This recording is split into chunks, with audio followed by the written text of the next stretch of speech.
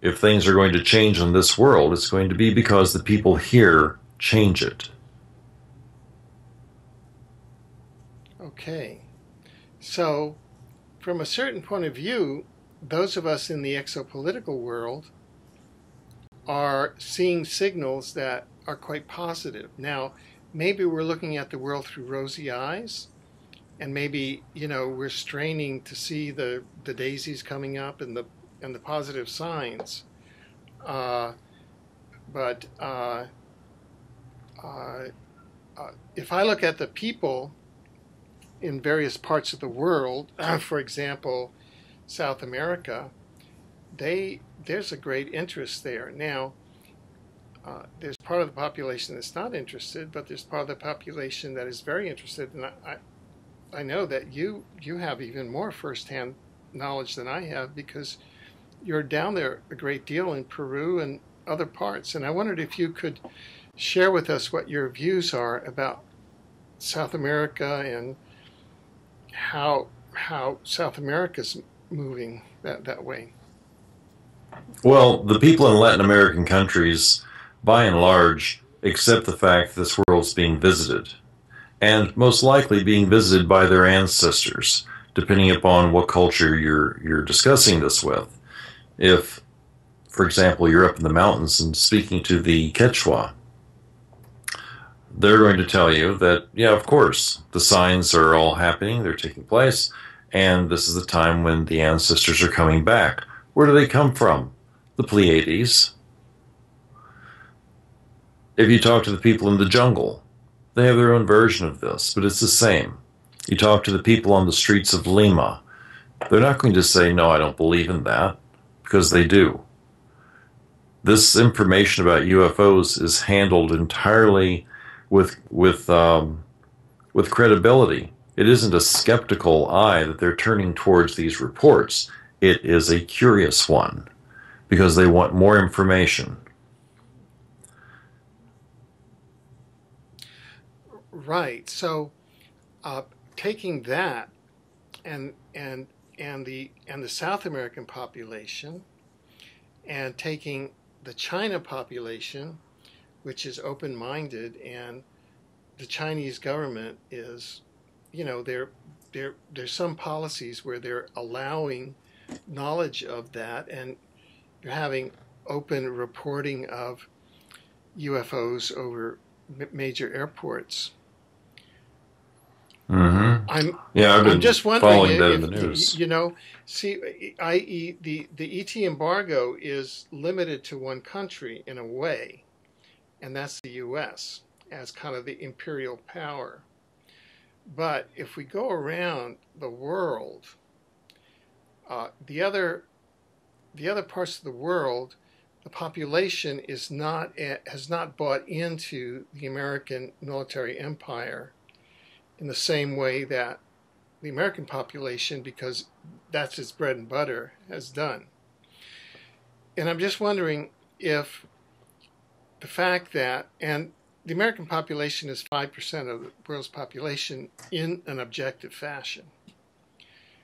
And I'm just wondering if that's not an avenue to kind of noodle our way through to, a world population that's conscious, especially now, where we have China coming up, Japan coming up, Europe coming up, all these other space powers. And, you can begin, I mean, there's a dialogue in Chile. They're teaching extraterrestrials in university. The Brazilian government is now checking out all the sightings. It's the people are, even here in Canada is dropping out of the Afghan coalition in 2011. More people are dropping out of the war game. Mm-hmm. So I'm just giving a reflection that maybe the pendulum's starting to move the other way a little bit. Well, and let's hope that it does. And you're right. You know, if a larger world population can move into the direction of peace, then that would be a very good thing. You know, the problem is that the Latin American countries, they are quite impoverished. Their voice is not heard as clearly as European or North American countries, and a lot of attention isn't paid when they see something, when they say something. It's usually in a not usually, but frequently, it's in a denigrating term that, you know, in the back of their mind, back of our minds, they don't have much money. Their camera probably was crap. They're not very well educated. They don't know what they saw, and they're trying to make a buck on a fake UFO sighting. I mean, all these things I've heard. When you're down there, it's a much different story. People are telling stories that never make it up here, that never come across the borders. Fantastic stories, and I've been privileged to hear quite a number of them. They're ready for something positive and uplifting to take place. Their doubts are set aside. They know what they've seen, they know what their ancestors have seen, they know what their background historically is with this subject. So they're ready for some information to be released.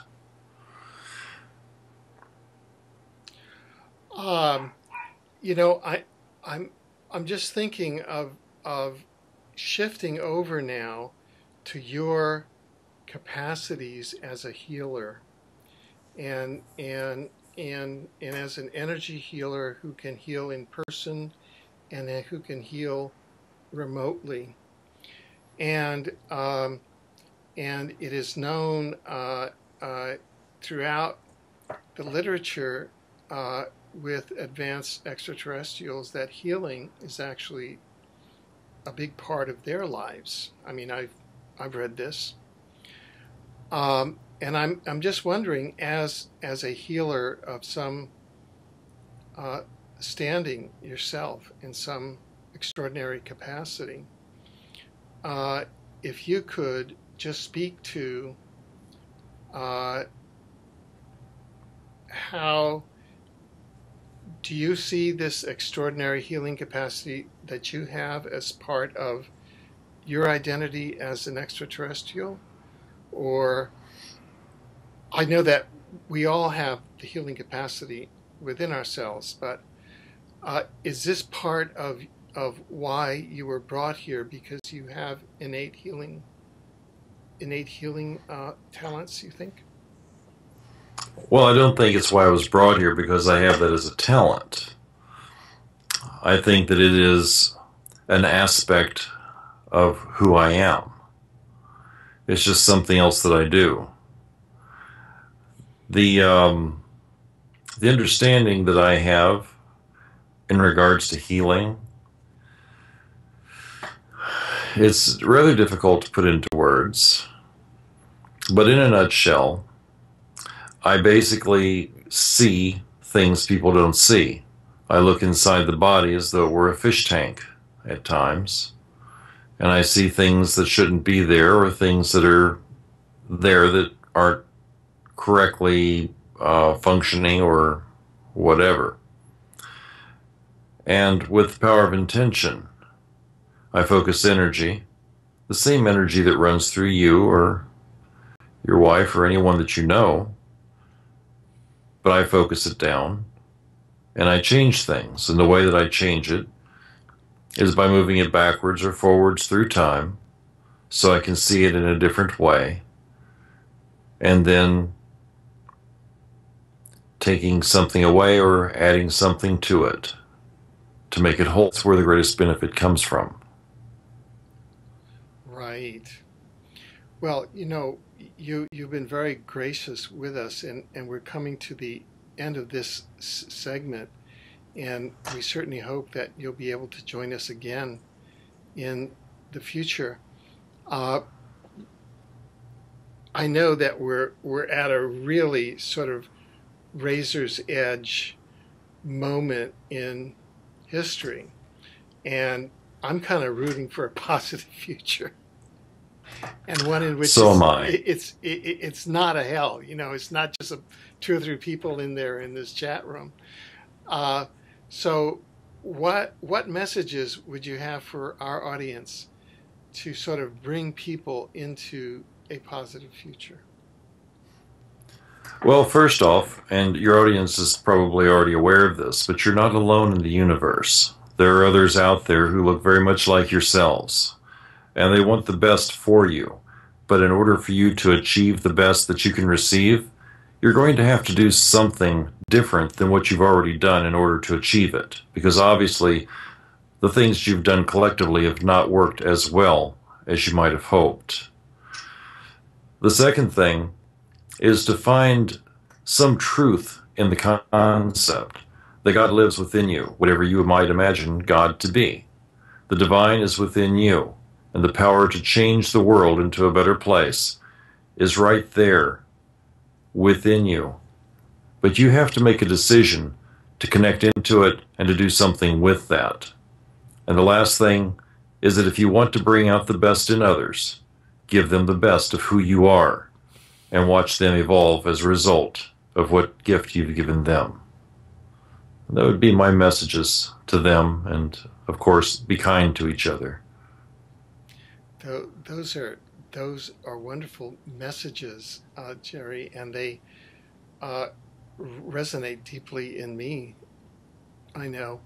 I want to thank you for joining us today, and I truly look forward now to journeying together into the years that come. I may be wearing rosy-colored glasses, but I'm just looking forward to that, that positive future where it's going to be a wonderful world. So let's see how the future unfolds. I'm looking forward to it with you, Alfred. There are rosy-colored glasses. You just have a rosy outlook, and that's commendable. Thank you.